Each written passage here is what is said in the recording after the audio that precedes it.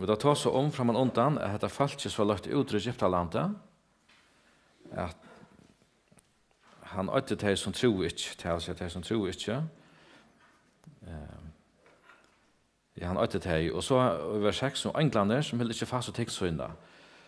Det som jeg aldri har vært i englene, jeg hadde også til at jeg tar her øyne og en vilje, en fri en vilje.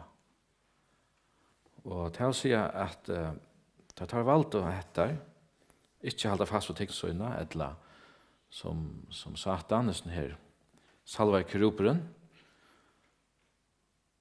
ble hukk med over og stolt i hjertasøyne. Og vi kunne ganske hukse hvert, nå er vi inni en øke her, tarfer ikke akkurat, men jeg nevner at det bare av tog, at det ser ut som et lag, det har vi suttje god, og det som man gjør, robotar i det, börjar vinna fram, og vi råknar vi at innan ikke lenger tog, så kan ta gjøre i mest husras arbeid for okken og så videre. Og vi tar telter og så videre, og jeg vet angst at jeg så gav teltene til elskene og så videre. Men jeg vet elskene ikke mer enn så, at han har ångan tøytning at møter en person så at elsker det stakken kærlighet. Det blir litt til til at hun gjør akkurat det som hun gjør til, og ikke mer. Og vi kunne ikke, jeg sa det roboter som ganske for å gjøre akkurat husras arbeid for åkken for å vaske gulv og så videre. Vi kunne ikke forelske han som er folk, eller mennesker, at han gjør det som han gjør det til. Men kærligheten kan bare eksistere under en frøyen vilje. Og god innskjer etter at vi elsker han for det som han er. Og i akkurat for alt det som han har gjort for i åkken. Men så englene, tar det så fallende. Og det stender her at tar gå opp, til ikke fast ved tekstøyene, men gå opp sin egna bostad. Til å si at det hadde noe tegn, og det hadde en bostad. Og at han heldte han fast og evig lunsjen under myskren til domen hin ståra det. Og vi skal vente atter til etter vers 6, slik at takk vers 6 og åren.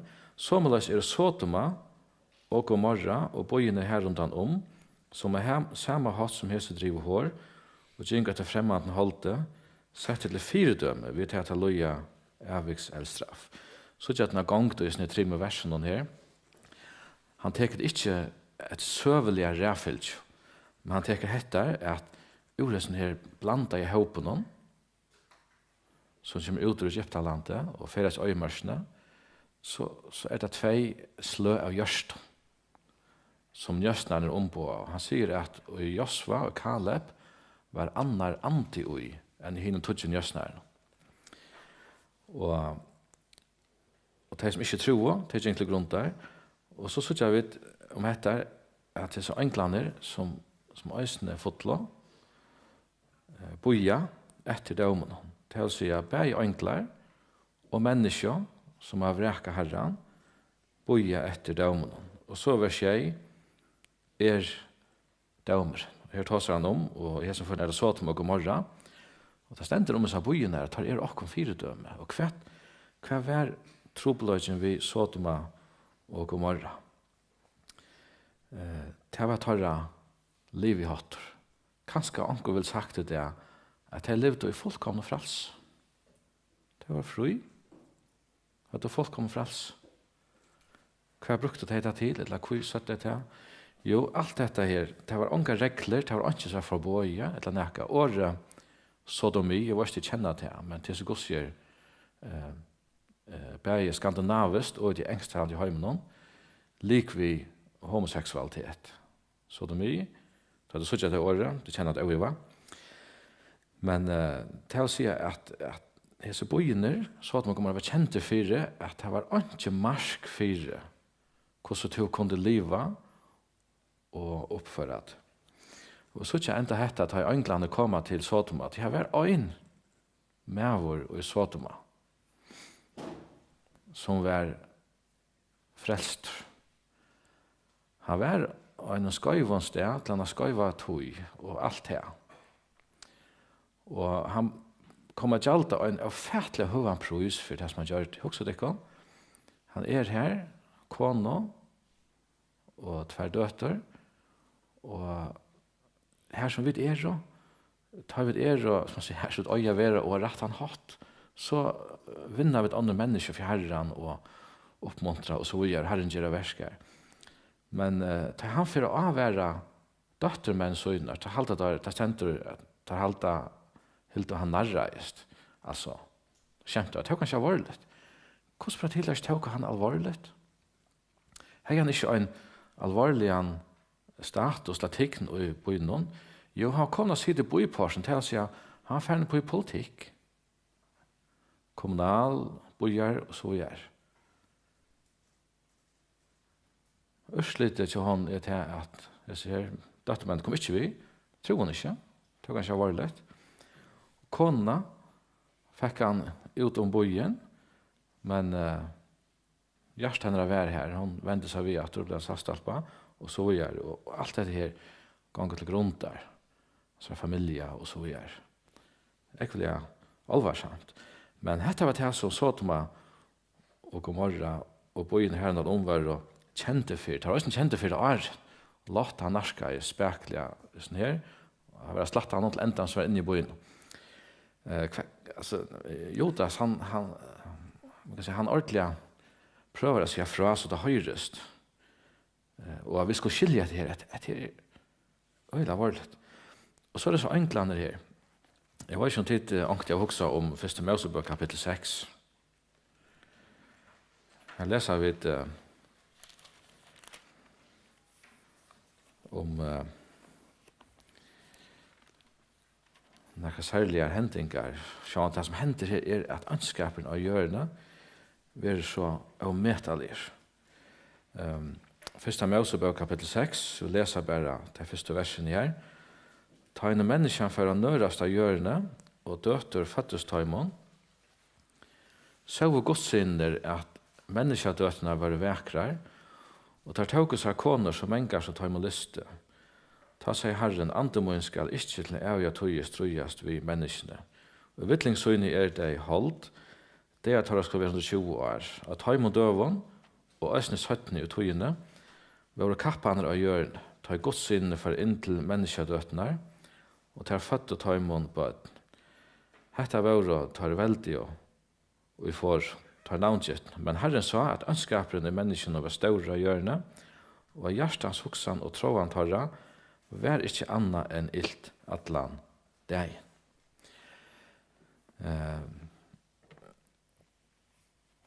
Det er jo et samband i middelen til å lese til Jodas, og hette i 1. Mosebok kapittel 6.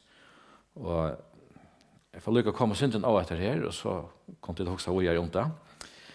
Men hva er disse her godssynder? Vi så ikke at høyte godssynder, eller syner gods, hva skal jeg si, bare gods, vil brukt om de som god har vitla skapt. Vi leser om Adam, han var sånne gods, Adam, sånne god. Han var det første menneske som god skapt. Videre så han til avkom Adams. Og vi så ikke om sine gods, at det var også brukt om enklene. Til dømes og jobbsbøk, så ikke vi det har nevnt sine gods og samband vi enklene.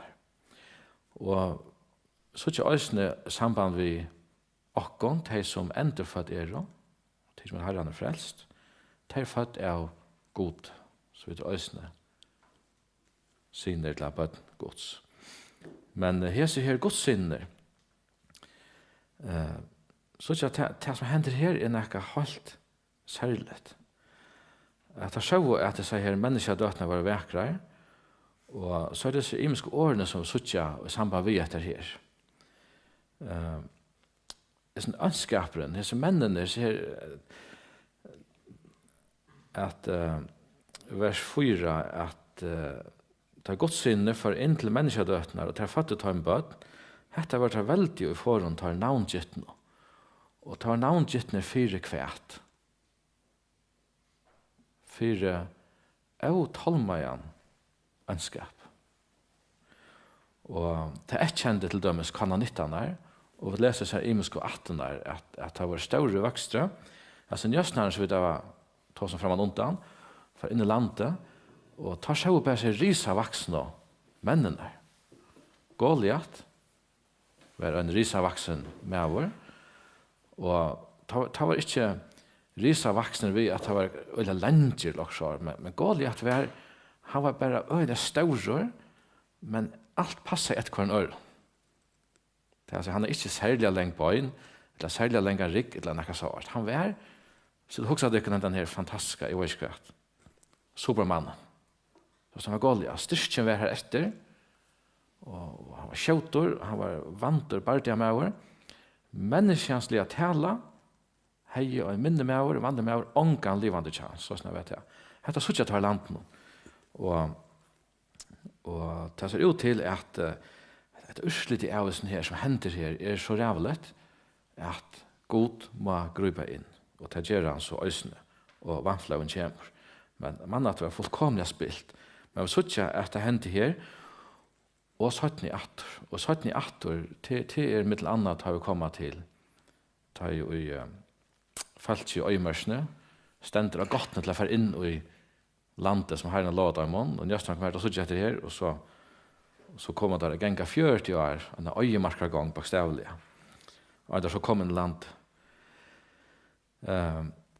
Så det ser ut til at disse englene tar fotla vi at tar fyllt og satane, og i hans fatle, og vi kommer til det 17. at selv om tar i fallene, så har det en artikken og tar øye av være viffarner ved viring. Han sier her i vers 9 og på taket til Mikael og Judasar brave vers 9 Mikael iver angel hatta is her til ikke ta han tratte ved djevelen lika Moses her at lette av han hående døm når han sier Herren straffe til. Det er Mikael iver angel som en dag kommer av være en bardea som sitter opp med benskene mot Satan og enklen hans og tar blå klansjeskjørte eller starten av hjørnet og så gjør alt det som hender her. At Mikael skjalt og jeg ser her kan si trætende vi djevelen så sier han bare Herren straffet det. Han spottar ikke djevelen for det at han var fattelen etla det som han har gjort. Og her må jeg si at det er jeg synder tar ganske høyre ankran. Sier han om djevelen at det skal gjøre vi han og så videre og jeg skal alt det her. Det er jeg ikke gjør.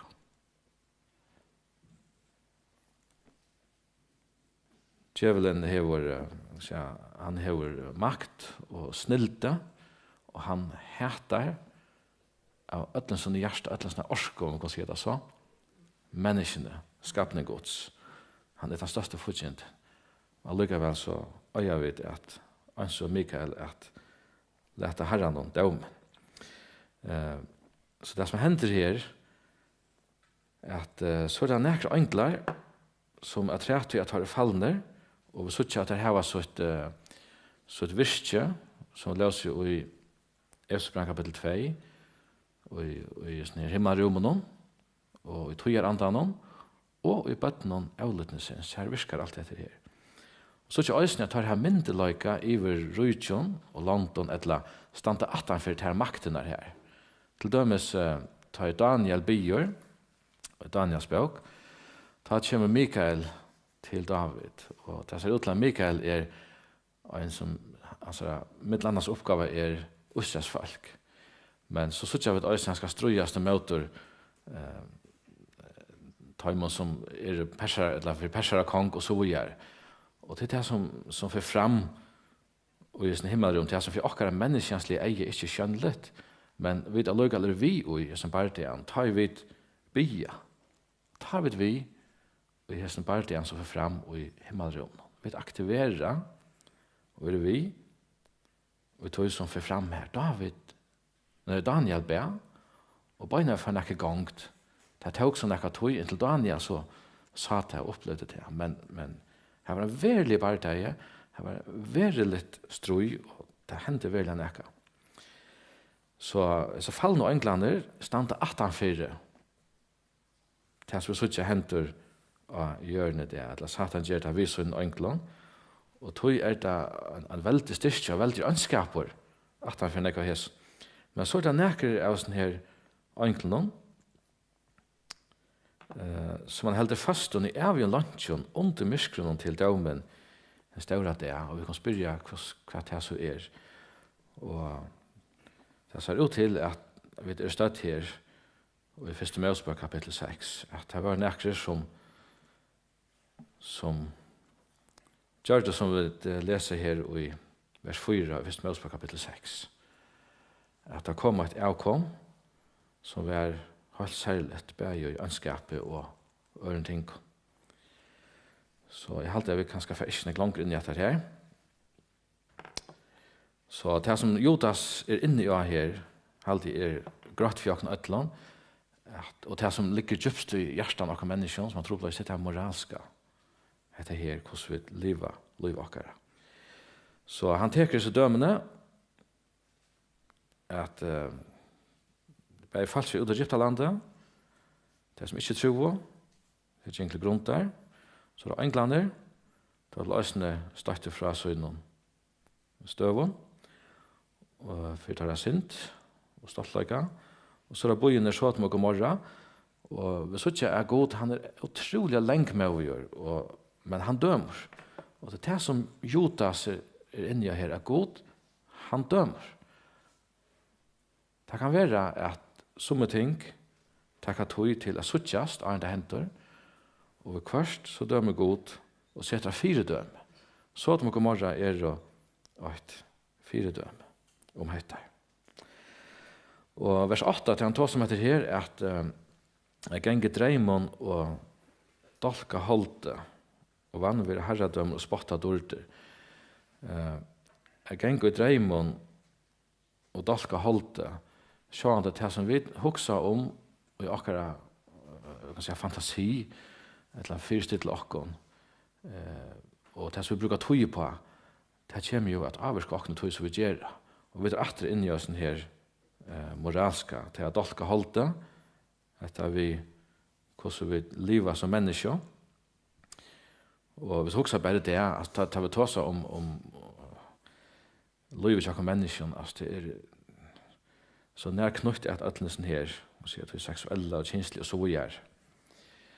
Og så nevner han her at vann vil herredømme og spotta dorter, og så kommer avværingen om at ikke en gang Mikael og undforstegi kunde Mikael kanskje haft rett til å ha sagt akkurat. Han gjør det ikke. Han lette iver til god. Og tog han hese til vann vil herredømme og spotta dorter. Det gjør det altså, på den måten, at det spottet det som virkelig er nekka. Og vi leser også at i Kolosserbrevet kapittel 2, at han våpnet i tykkene og velden til hvordan sier her av krossen. Det er støy av krossen. Det våpnet han tykkene og velden. Han får ikke våpnet til som parstevien, men han våpnet i tykkene og velden til fortjentan. Han tar seg om, så heter det veriligt. Men det spottar hese, og det spottar sjåan til herran, og det tikkene som, og veldene som tar 8 og 1 virst. Jeg husker med det her, at det er utroligt at mennesker vilja færre parste vi Satan. Det som du gjerst at du gjev det ivet til han ringast av futjendan etter sjálvun, han som heter det mest. Og det eneste han ikke at jeg letja tøyt liv. Himven, god, han elskar okkon og ikke å bjerga okkon. Men så det at Satan, han gjør det på så snilda måte. Og det som du leser om i Salme 3, etter Asaf, han sier, han hikker etter, hvordan han ser ut at han han, og det ser ut til at det ganger tøymen så vel som ikke fyllt seg god og alt det her. Ganger vel liv noe til framgang og alt det her, og tjekker han ikke vel til hånden. Men så sier han, Inte för ni halvdömar tøynar, og sa hvordan endet harra ver. Det brøtte alt. Det å si at vi kunne, og tjekk noe halvt liv, oppleva at det gonger utrolig vel til tøyma, så det helt at det kanskje ikke burde kanskje vel til, men det gjør det. Men kvært, det er bare hetta liv, og det er alt som til avsett er så stort. Men ta i så etter liv i endar, ta det noe helt annet. Vi sier at i vers 9, at djevelen har træta vi Mikael lika Mosesar. Jeg var ikke det kan jeg stekke av i etter her. Hvert var vi Mosesar, så arves jeg enn til okkon vanlige folk. Til at det er god, sjálvur gjøre i Moses. Hva måtte han gjøre til? Hvis du Israels folk har jeg sett Moses døy, er gitt at jeg hadde balsamera. Eller minst av leie. Gjørst en utrolig tykknerlig og virkelig grøv til Moses. Så det er alltid kommet for atter her og vidt. Og hva er det enda vi at han ble tilbyen og så gjør. Jeg trykker at mittelen andre, det som hender her, er at han ikke skulle bli tilbyen. Det er gongos ytla, til akkur menneskene, det er anker, eller akkurst, så gonger vel, at er det personer, så vil han litt opp, og er det ganske avvis ting, så får de et virus som ikke er helt rett. Og takk av dømerabøsene, så tror jeg vi dømer om, hvordan vi alt fra han Brynjo og hva vet jeg, ble tilbygget, og kåpararmeren, han ble tilbygget, og lenge av tog, som skulle pågå frammøter Jesu og krossfæsting hans her. Så god gjør jeg Moses selv. Og et avhåvert er så at da Jesus ombrøst av fjallene, da er det Moses og Elias som åpenberer seg vin. Og det er helt hans avhåvert her at Moses, god gjør jeg Moses, Elias, han ble tidsen opp medan Elisa sa det i en eldvågn. Så jeg vet ikke om jeg kan si at dette ombord er som er deg i herren, kommer Moses, og vi som livet til herren som er etter, ja, tidsen opp til han rikt bort. Men vi kan være støtje at Jesus spottet til som de kjenner ikke. Og enda til som de, og til som de er naturene vite om, til at de bare spottet til som de ikke kjenner, og til som de kjenner til at naturen skaper verset som god har gjort, til vittner om han. Det så jeg bare i Salmen 19 og Rombrand kapittel 20 i endan her. Her skriver han til det. Og så kommer det vers 11, han sier, «Vaitaimon teir færen ved kajens, han for vinningsskål kastas ut i vittle Biliams, og i ginger til gruntar i opprøstre kåra. Sier at det kan nekka som helst til å lese det. Takk at det har kjøtt. Teir færen ved kajens. Hvert vet jeg som kajen gjør det, vi tar kajen og Abel, som er syner Adam og Eva. Først å lese om. Og vi minnast har stått at Kain, han drep Abel. Bare så. Hvert vet jeg vi Kain, hvert vet vi vår Kain, hver løy Jack Kain, som hes i øyne genka. Ja, vi kan si at for det første, så vil det Kain ikke gjøre som Abel. Abel, han fann seg et lamp og fylte noen, og offret til. Kain kom av tog som var av gjørende. Og vi kan si hvert var det som var ved gjørende, jo, han var banna, leser vi et god, så gjør han bare menneske fall. Kain, han ville gjøre seg vel ved god, og på sin egna mat. Han ville, sånn som han selv var i hod til, være gautisen av god. Og vi kan også si at en annen måned er at dette lampe, som Abel offrade, det er jo blå i seg. Og Hebreerbrevet leser vi at ofte blå er uttalt, fast det skynda for djeving. Så Kain kommer utan blå til god. Han er et blålest offer. Til en annan som gjør det, men på en helt annan måte. Men som alltid har hotids med å lese det, og til Joab. Det er som veldig kappen, her høvdingen til David.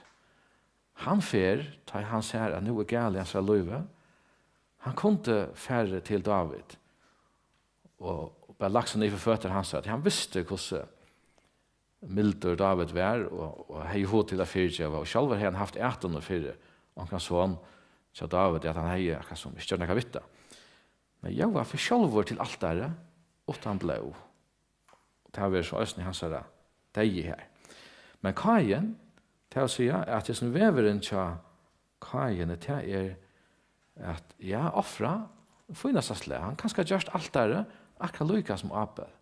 Til å si at se, og synde bort fra, da luksnek og ser nok godt ut. Men det var ikke det som god heier fyrskriva. Og hvor var det ikke det, og etter det var hjertet. Hjertet til Abel, det var vent mot det gode, men det var det ikke til Kain. Så det som veveren til Kain, det er altså mye mate. Han godt lykkes nok snakk til rette, men det er stadigvæk mye mate. Lover ikke vi, det er ikke vi ved krossen, og så gjør. Og så har det forvinning skulle kaste seg ut i Vittel og Biliams. Biliam, det var sånn her maveren som kom ut til landet og som Abraham var ferdig ur.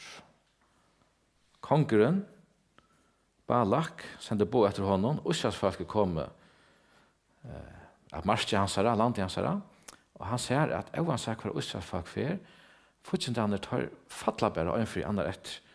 Nå der her. Så han helter, hva skal jeg sendte bo etter Biliam, og jeg får bruke etter her, vi kan si spiritismo, eller gant, eller voodoo, hva alt dette øyder det. Jeg får sende bo etter honom, og begynner han komme å banna Ussas falsk. Han bannar falsk noen, så får det gengast han ytla, så det vinner av dem. Men han renner seg en tropeløyga. For det første, da bilen fyrir sted, så avvarar god han, med utrustning her. Men Biliam, han hei at hjertet, som var fullkomlig opptidlig av penger. Han vil til hava.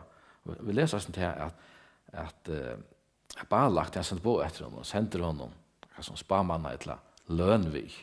Så han ser etter her. Og han er ikke å vite hvor Balak var, så han ville fætre. Hvordan kan det komme herfra og få fætre av? Så han stendte det, forvinningsskuld. Hvordan kan jeg herfra få fætre av som penger noen her? Jeg var ikke pura skaff som jeg gjør det, men hvordan kan det? Og god fer etter fer avværer Biliam. Og enda her, vi leser om til at eslet, eller mulder i kjønne, taler jo menneskerød. Men for jeg kjøtt av, så har jeg så avværingene, så fer Biliam av sted. Men Biliam fer ikke løyve til å banne Israel. God gjør ikke løyve til det.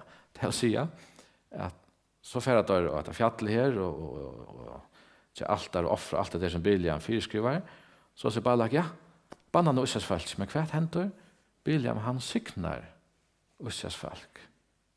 Og han har vært der sykninger, og det her som han gjør her. Men god løyve ikke annet. Og det enda vi at Balak, han begynner med seg tåle, og så er det også enda løyve ikke at Biliam er vant til at gjør det som konger vil det, så visste han at han prøver ærefer og tryefer, rikker ikke. Han slapp ikke av banne Israels folk. Men så kommer Biliam vi noen ravon til Balak. Og de og i tikkere templon her var tiden nekker hår, nekker skøtjer, øyla vekrar. Det var vøkker konefak mittel tikk. Færre et Israel og feita i pujjeter her og det er ikke. Israel fall og isen her. Det kjørte en veldig skei. Også det ikke. Jeg færre så lengt for jeg får fætter av hæsson vinningen. Og så nevner han her gjengen til grunnar og opprøstre Kora. Og så kommer vi også, hvor var Kora? Var han ikke en som var av Levi 8? Jo, hva var vi 18 ikke Levi? Det var tar som tante og i helsedom og i tabernaklen som det var ta. Og høvespresteren det var Aron. Men tar sig at ja, hvor vi tror ødel, det har jo så antall etter, vi tror ødel, altså, pastor oss ned, og herren i midten noen ødel, og alt det her. Og Moses sier, vi vil lette herren døme okkara middel. Han har en oppgave, Kora, som han setter til, han tennast. Han var av at levi, men han ville nekka møyr, ikke opprøst. Og det som hender her, etter ordentlig stått, at Jøren let seg opp, og han glappte taimen, som var ui sin opprøstre Kora. Jeg kan så si at det gleder meg så at lese salmene. Her leser vi det nok som til etter siner Kora. Men også det kan at etterkommerne har seg og vidt med det som papen og atterfeiren gjør og blir refsa av fyr. Men det er bedre at det er ikke ødel at han sier. Og vi kan lese om at det er sine Kora. Men så til å si at vi tar ved kajens sin egne vever til frelse og sin egne mate at du skal gå til på oss og gjøre utan blå og alt det der. Og så den her vittla Biliams og opprøstre Kora. Hette han veveren som de genge etter. Og vi legger mest til vittla Biliams. Vi er etter her som Sodom og Gomorra og så jeg har nevnt her på et. At det er disse her moralske syndene. Så nevner han i vers 12 at hese er skjerene ved kærlagsmålt i tikkere, utan å skammas halte det varsle ved tikkene og føra seg selv. Og så stendte her vattle skutsk, fuga for vinden og trø, ber som heste og frukt bør tverfor deg rikt opp i råd. Søvelige ser det ut til at det er nekkere slukere målter, kærlagsmålter, mittelen til tryggvande ta. Vi leser til dømes i 4 Korinthbrev kapittel 11, ta jo i Paulus tåsa vittig om at det er helt gale visa måltuna tjatikkene, som sitter drutjen, som har ønske, og så er det ikke rett det som får fram. Og han setter det på plass. Men han tåsa om dette at de kommer inn i middelen, de som det gjør, utan å skammast.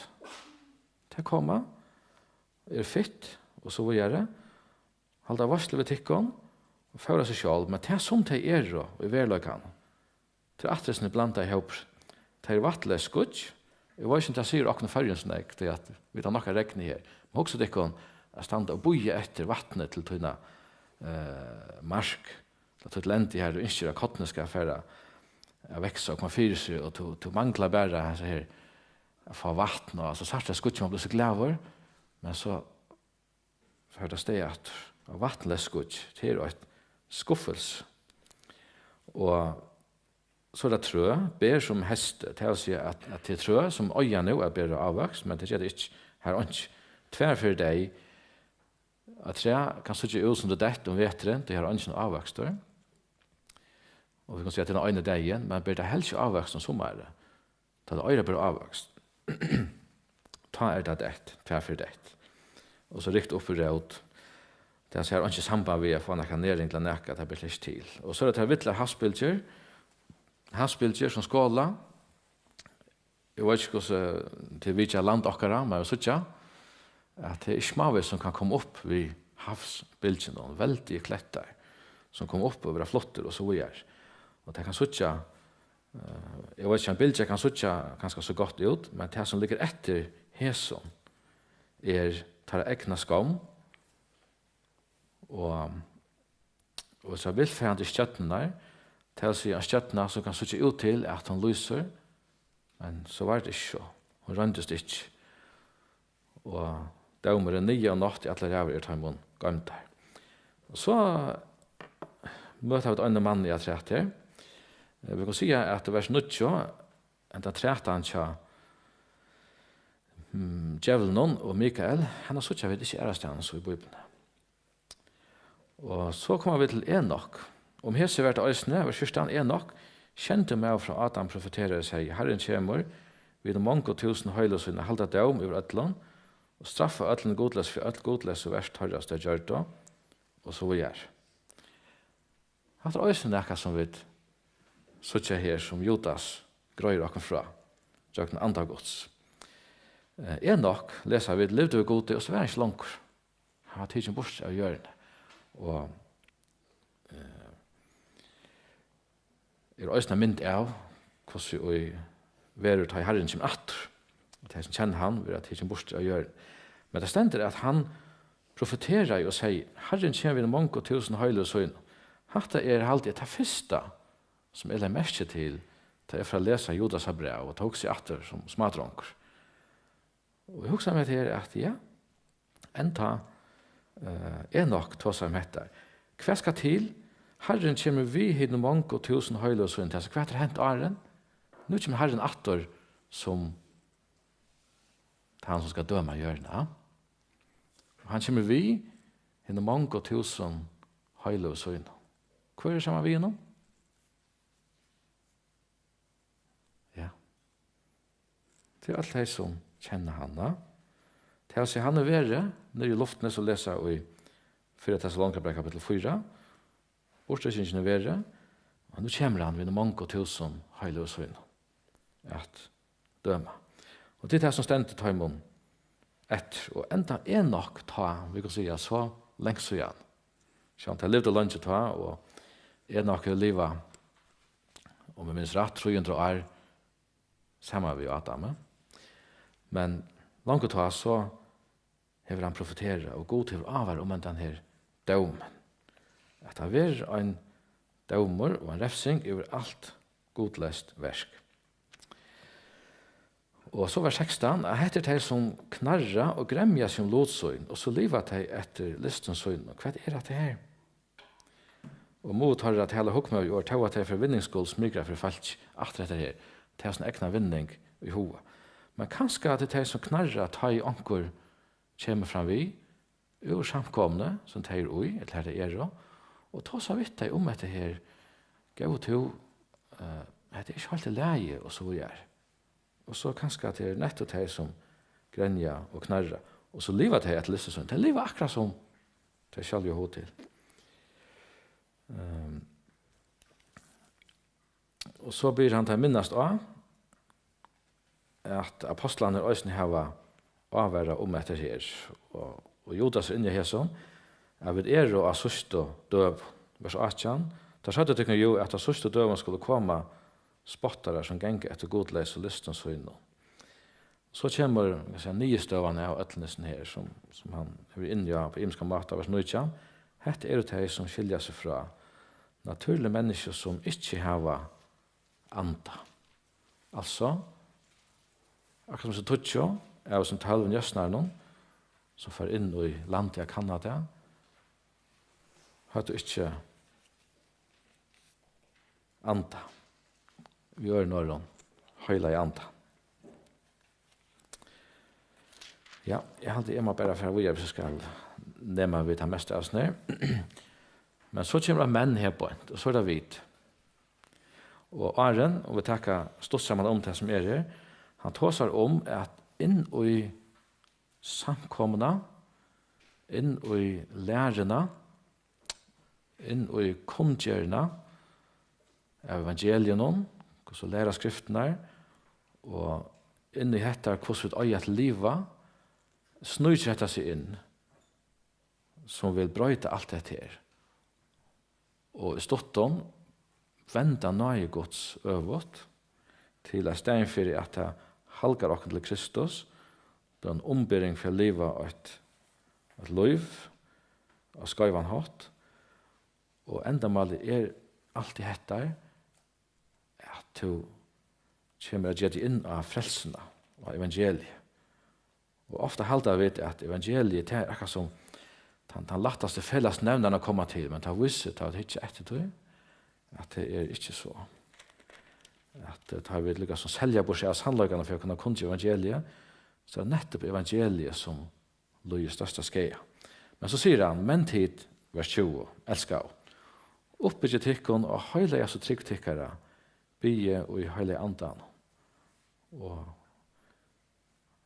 vi øren åren, bruke tog, bergesfriheten som man sier, halde fast vi høyleia så trygg tikkara. Det som apostlene hadde kunngjørt dem, skriva til deg om, og lært deg, halde fast vid det. Og bygge i høyleia andan. Det her er jo okkara andalig barda er. Det er i bønn og okkara styrk og okkara andadrotter som bøtnansar. Og halde det kan såles og i kærløk av gods, med det bøye etter nøye Herre okkara Jesu Krist til evet liv. Men til bøye er mitt i versen her. Og jeg blir så glad for at det her. Men til bøye. Men vi bøye. Hva gjør vi her? Vi bøye. Hva gjør vi? Gjør det gjør vi bøye av.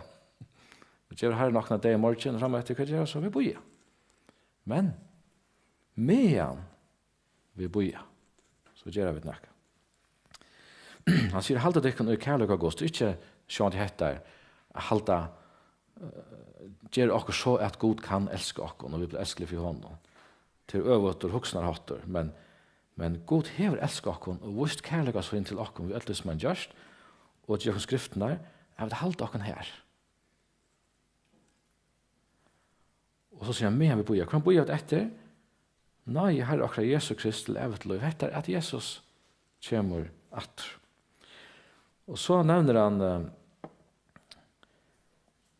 trutjar imiskar støver som vi kommer i samband vi etter her. Og hver har sin avbjøring, og atlar ser avbjørende. Vers 22, og tale som til rattes, tog det i vast, frelse og vi har røyvet her ut til elden, og opp at øren skulle til miskunna vi øtte, så til heta enta hin, og holdt noen dolka i kyrstel. Ordentlig stått. Vi kan si at hese falskene, som han nå tar seg om til teg, som færen vi, ankersvekna, og i tog som hese falska, lærerne, så falska vittnene, har lært. Så falske vittnen kommet inn i middelen til tryggvante, det er fitt, og kanskje dova vel, og for åkna suttja, hever det som så vil jeg lei. Men så det at det regnes ikke. Men nøkre mennesker fører vi. Og det er alltid nøkre mennesker som, og det tror jeg vi kan si, vi tar avvarskan, og det er alvarsamt at vi mennesker, så vi løyer alltid ankra. Og som vi skulle talast til rattes, eller til å si, ta i teg, kommer vi en argument og sier, her er så og så, så sier vi, nei, at det ikke så, tog, det stendte så løsner, og i bøyplene, og så løsner skal hatt det skiljast. Som vi skulle, kan si, tåsast, eller, hva skal vi si, til rattes, på et hammata. Så det andre, som skal røyvast ut i elden, at vi kanskje mynden hendan sjående at til nekka vi kommer til erstatter her som det nekka halvt gale, og han bruk for å være tisen utfrasen her for å bjerga av. Og kanskje det til at vi du kvart må si ankran gå til støvan så løs tjatt her hva sikna jeg kom ut ur ned. Og oppe at ørenskålet miskunna vi øtta, og så som heter hinn av holdene dolke et kyrstel, platsje som her taler om det som til nasta at holdene, jeg vet, underklei vil du sagt det lagt svart. Så heter at ta vi miskunna, til å si at vi viser en personlig kærløyga som sjálvur greier yver at her helt gale. Jeg lever fullkomlig skøft og gjørst alt det her som ikke skulle ha gjørst. Som balansen at vi viser vidkommande kærløyka og likevel teka, som det stender her, at en greia frastøv fra tog som vidkommande har gjørst. Det vi på det? Til å si at vi viser miskunn til å bruke for tog, og vi ikke løye til innatter, at han rettar veien, men til ikke at jeg vet at nekran hatt gauteka, eller vil jeg ha neka ved til å gjøre så vi kommer til å gjøre. Og mer reglene her er til at det er så kjøtt at vi selv vil være til vi eller kompromittere som er et vanlig år, men det er så kjøtt at vi angstene kommer til å avvarske oss ned, så det er alt tørre oppgaver, og vi tar alle imiske gaver som Gud giver oss til røkka og imiske mater, men i alle fall etter, jeg vet det var veldig avvirring for det holdt vi. Og så er det enden, honom som enter av varvøyda tikkum fra fatle, og leta tikkum stuja fram for dårsunne og lastande i glede. Og han sier etter her, han er mentra varvøyda tikkum fra fatle, hettar, at ta i vidt, liva i samfunnet vi han, og gjeta som gjera, og i samfunnet vi han. Han er mentra varvøyda okkur, sannelig. Og hette sakra framtøy, at vi kan stuja fram for han dårt, og lastande i glede, honom som hinn øynast av gode, frelsar okkara ved Jesu Kristi. Herre okkara tilhører dårt, ha tegn styrke og måtte framan undan allar tøy, nu og i allar ever. Jeg husker at han er så rattor at han med jøkken Judas, det han skriver, han sier, det er sin øynaste god som er frelsar i okkara. Vi, Jesus Kristi. Han sendte han Jesus, så ikke han skiljer mittelen etter er hva har godet til, og hva har Jesus Kristus til. Men honom, hin øynes av god tilhører dårlig, har til styrke og måtte framan under atler tøy, nå og i atler ever. Og så stender amen her. Nå er tøyen kommer i atler for færre, men jeg vet ikke om vi skulle lette opp for spørningen, eller det bare spørre at han da, og er døren klarer å svare? Jeg synes det er rett. Ja. Jeg har gjort øyne kjøtt, og jeg har ikke hukt etter forskjellige som jeg skriver nye, så kanskje jeg kom tanken om også det er rett, men jeg hadde noen spørning, så jeg synes jeg at ja.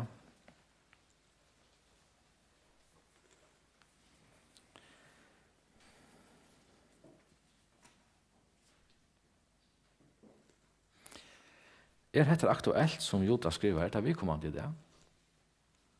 Hva er det å ta, og så er det i stedet.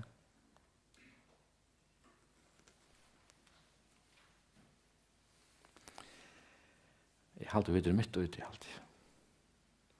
Det er samfunnslige og antallige, eller hva skal vi si, så er vi ugesen her.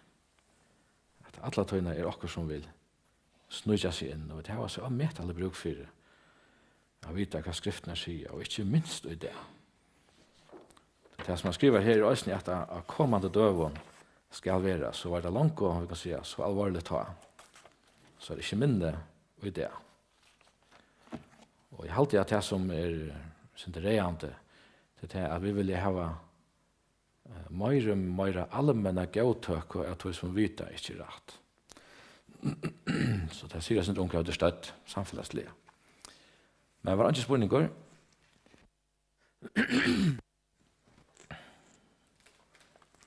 Jeg vil slippe av døveren nå, kanskje.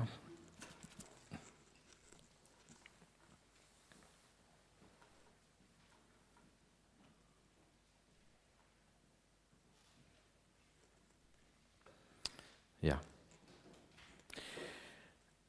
En liten under iverskriftet til vers 20 og ut etter.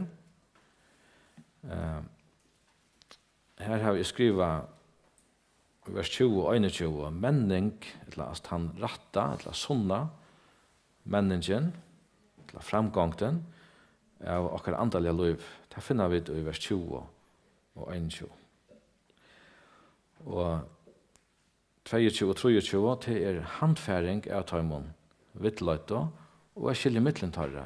Jeg synes det grøy over hva det for en avbjørn å standa i fyr. Og det som gjør det så trobult, det at det folk som vi kjenner, det ganske familie og annet.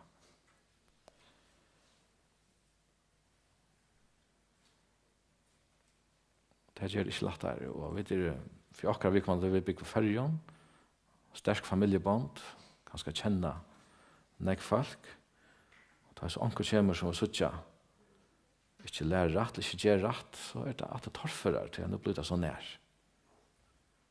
Men vi må bygge Herren om at gjøre oss visdom til alt dette her, så vi kan gjøre det. Be av retten hatt, men ikke renne undan, men at fylke hånd. Ja, jeg hadde ikke hatt snakk mer, jeg som så livet hvis ikke kjenner noen spørninger. Etter må jeg bakke atter.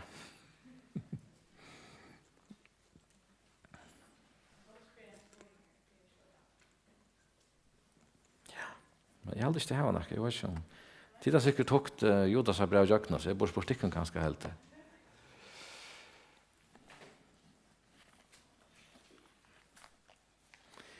Ja, jeg føler øtlen for at jeg har nekve etter at for jeg holdt vi her.